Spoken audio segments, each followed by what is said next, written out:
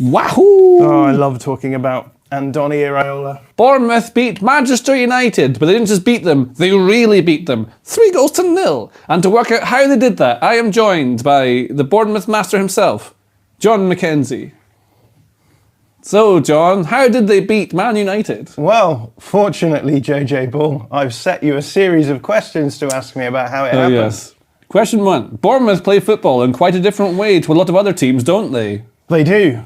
And I think the really important thing to know about Bournemouth is that often when we talk about what a football team is trying to do to score goals, we talk about what they're trying to do in possession. But actually, what Bournemouth do out of possession is quite important. It's going to be out of possession, yeah. Yeah. Okay. So that's the first answer to the first question? Yeah, that's it. Question 2. So what do they do without the ball? So what we need to talk about is hybrid pressing, JJ. Oh, do we? We do. Because I talk about this a lot. But essentially, when you're a team like Bournemouth, people have this sort of sense that, well, you know, maybe you're not one of the better teams in the league. If you come up against a team like Manchester United who should be beating you, then the right thing for you to do is to just sit deep in a lower block and deny space, play in this sort of zonal way, right, and allow the opposition the ball, make it hard for you to break down. But obviously, if you do that, the downside is that you're allowing the opposition all the ball so they can move the ball around, blah, blah, blah. And when you have players, I mean, teams at this level usually have players who can break you down. We can have that discussion about Man United. But if you're doing that, all you're doing is just, I guess, making it, you know, a matter of time before. Yeah, and then the hope, I guess, is if you push them all forward, if you push them all forward, you're going to leave, this is the obvious thing to say, but they're going to leave a bit of space in behind. Yeah, so then, in theory, you can get a couple of good breakaways, you get Solanke and Kluivert and Semenyo, just break away, and you might get a goal on the counter. But you have to rely on yourselves not conceding, which is hard to guarantee. Your fate's not in your own hands. Especially if you run this route here. There you go. Yeah, I made that line meaningful. Thank you. Obviously, when you're an elite team, what you want to do is cause problems for the opposition in build-up, and the way that you can do that is by going really aggressive. So imagine Man United are building up from the back. You can go player for player across the field like this, and suddenly, if a team is trying to build out from the back, there's no open players, much harder to do. Yeah. But obviously, the downside of that is you have the opposite problem, which is you're now making it possible for the opposition to just play the ball over the top and score in that way. And as we know, Manchester United are very good at scoring in that way. What hybrid pressing suggests is, why not try and get the best of both worlds? Why not try and have a system where you're sitting in a nice, comfortable low block in certain situations, but there's going to be phases of play where you can actually jump into these really aggressive. Or maybe even count if it's like a high block, and then you get into pressing shape afterwards, depending when the ball goes. Yeah, so let's talk about what that looks like. Yes. I think this may be question 3, but whatever. Let's just go for it. So what does this look like for Bournemouth? Yes, there we go. So Bournemouth, like nominally on paper, are setting up in a 4-2-3-1 shape like this. And obviously that gives you, nice coverage of everyone here. You've got a nice structure. You're not giving away too much space. And is this is Bournemouth normal or kind of regular shape they'd use? They haven't adapted for Man United. This is how they play. So this is how they play now. They have changed some players around. And I think that this has become the starting 11, which has been the most successful. So before, we were seeing Christie playing as a 10, and we would have maybe Philip Billing playing a bit deeper, maybe Kluivert out wide here. But what's happened more recently is Kluivert's come inside from the wide areas, Christie's dropped a little bit deeper, and we can talk about why that happens in a minute. But the idea is that in certain phases of play, when Man United are trying to build out from the back, Bournemouth are going to jump into the high pressing phase. So what they do is they have a series of routes that they're going to run. So Kluivert, if the ball comes out onto this side to Shaw, then Shaw is free in space, so Kluivert is going to jump. Now that's obviously leaving Amrabat free behind, and so what we're going to see then is Christie jumping on Amrabat, and this then leaves McTominay behind. And so what we're going to see is Tavernier over Tavernier, I would say. Tavernier, yeah. In my head, McTominay was on the left. Doesn't really matter, does it? Well, they switched a little, switched around a little. Yeah. So if that was the case, then McTominay would be here, and then Fernandes would be the player that they would jump around like this. Okay. But the idea here then is that when you get the ball on this side, everyone shifts across like this, and you've got your player to player across the field, and there's no issue. He's here now. As you can see, you've got Dalot free now because Tavernier's coming. Tavernier, making him sound French. His brother plays for Rangers. Yeah, he does. Yeah. Tavernier has come inside, so this leaves Rangers, who of course Aberdeen open. Are playing in the cup final on Sunday. Yes, of course. Aberdeen up the Dons. Yes. This leaves Dalot in a lot of space, but the idea is it's hard for you to play this pass across if everyone is tight man-to-man. And if you do make it, it's probably got to be a high ball, which allows you to shift over anyway, right? And so then the question is, when you've done this, you move from your high pressing phase then back into your lower block route. So that's how this becomes hybrid. Everyone was going to drop in like this, and the idea being that you can move back into this shape in the amount of time that it takes for Manchester United to be able to cause any problems here. Right. So I've got some screenshots to show. Hang on. Question 4. This looks pretty risky. Yeah, well, let's just run through like what it looks like in the first iteration. So this is Man United building up. The ball's gone to Shaw, like I said, and that means it's going to trigger these jumps where Bournemouth are going to go into the high press. So we're going to see Kluivert jumping onto Shaw. Christie's going to jump onto Amrabat, and then because McTominay is now free, Tavernier Correct. is going to come across and mark. And they can plan for this in training because they know that Man United are going to roughly do this thing with this back three because Shaw is both the left back and the left centre back. Yeah. Here's Dalot, now free in space. Yes. But as you can see, like they're going to try and make Dalot's it in hard. space.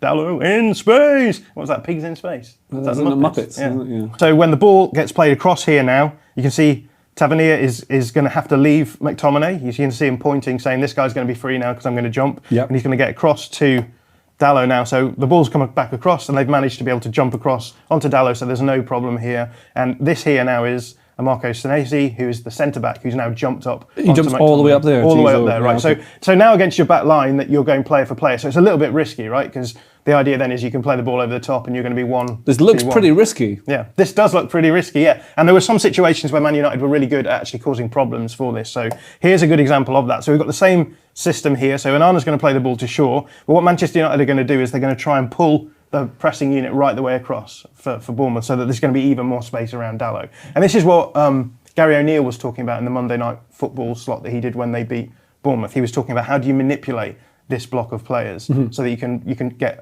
certain tactical advantages. When he's the Wolves manager, talking about how he did his old team. That's right, yeah. Okay. Yeah. So if we fast forward this, you can see the ball comes across, well, it comes across to Shaw, he plays it back to Amrabat, but Shaw is now pulled right the way onto the sideline, so this is Kluivert here. Here's Christie on Amrabat, who's dropped in between the two centre-backs who are now miles apart, and you can see that McTominay's come right across, so he's pulled Tavernier with him all the way across. So now there's absolutely acres of space around Dalot. So Amrabat can play the ball to Dalot, and we can see here now how much space he's got because they've been able to manipulate that pressing unit. But if we fast forward, we can see that actually by the time that Dalot manages to get somewhere dangerous, you can already see that Bournemouth are starting to get nicely set up in their press. They are up against a back five here, but one of the players can step up just to cause them a bit of problems. And I guess the result of this is that yes, you're allowing massive advantages in certain phases of play, but the idea is that you're well set up to be able to defend those massive advantages to the best of your ability. And yeah, in the game itself, it proved to be actually quite good. We could maybe fast forward to, I've got a shot map just to show this. So yeah, this is the shot map of the game itself from our pals at Opta. And as you can see, the little circles here represent chances. The bigger the circle, the bigger the chance. And as you can see here, Man United, lots of shots, 20 shots, but crucially, no really dangerous looking shots there from all of the chances they generated. Only 1.1. They look kind of dangerous. They're inside the box, but I guess they're not. A lot of these are, I think, headers from crosses, which reduces the danger there as well. Whereas if we look at Bournemouth, and we can start talking about what Bournemouth are trying to do in possession as a result of this, you can see that the chances they're generating, much fewer, only 10, but if you look at the XG, much higher because those chances are better chances. So Bournemouth are playing quite an open and aggressive style of play, but the trade-off that they're getting is that they are able to generate these chances. They'll generate fewer chances, but they're going to be more dangerous than their opponent, and they will allow chances to the opponents because of their hybrid pressing system. The idea is that you can make those chances much less dangerous than they might be in any other way. So because they're good at that, they can have less possession because that means they can then execute the press higher up and win the ball in a really dangerous situation like they did for several of the goals that they scored. Yeah, and that's where the out of possession then links with the in possession. They scored 3. Yeah. But they'd had one disallowed as well, which was also generated. How many do you think several is? Several is more than 2, isn't it? I think it's more. I think it's 3 or more. Yeah, they did score 3, but one of them was a set piece. Yeah. Okay. But anyway, this does link really nicely then between what the out of possession approach is doing to generate in possession advantages, because they scored 2 goals which came from their press working.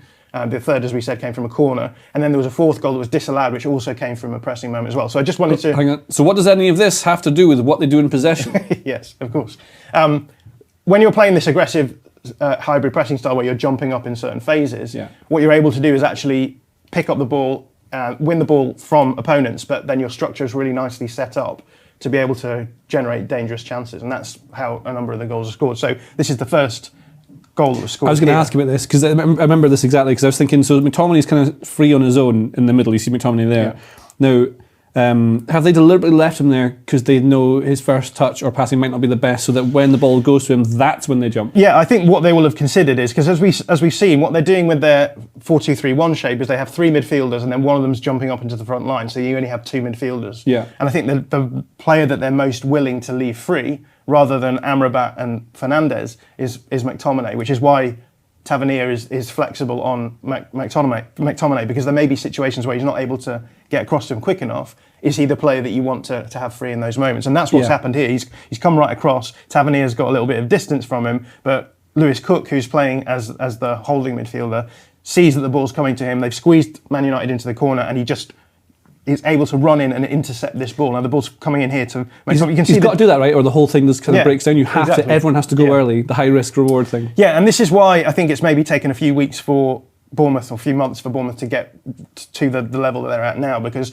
so much of this is interpretational for the players. The players have to read the situations, and I think often when we talk about high pressing systems, we talk about triggers, and we say when the ball's going backwards, or when it arrives at a centre back with back to goal, or when if it goes into the wide areas, this is going to trigger a jump. Whereas a press like Iraola's, I think, is much more. It's like much more interpretation. It's much more about feel. You have to get a sense of, in this scenario, we know where they're going to play the ball, so we can already start anticipating where it's going to come. And I think that's what I love about this screenshot, because you can see the difference between McTominay's movement here versus Lewis Cook's movement. You can see Lewis Cook's all blurry because he's moving at speed, but he's going to get to this ball before McTominay is able to get it under control. And that's because the press is set up to be able to make these jumps, to be able to read the game in this way. Cook manages to get the ball, and immediately Bournemouth are in this really nice attacking structure. So the attacking structure is based on the way that the defensive structure, or the out of possession structure, is set up. Yeah, okay. Ball across now to Solanke and a goal. This is the second goal. This time Man United are playing the other way because it's the second half. Ball comes in here, and we've got Zabania here, Ilya Zabania, one of the centre backs. Ball's coming into Amrabat, and again you can see blurring on Zabania because he's anticipating this. He's going to run in, get the ball, and play it immediately to Solanke here, who, as you can see, is through the lines of Man United pressure. You've only got the Manchester United back line here, and then Bournemouth are in this situation, which, it looks like Man United have got a few players back, but in terms of where the ball is positioned, it's 3v3 Bournemouth players versus the Manchester United back line. So what they're doing is they're using their out of possession approach to be able to generate these really nice, dangerous turnovers, where you're going to be more likely to generate big chances because there's much more space to attack. And then one final one, which is the goal that was actually eventually disallowed.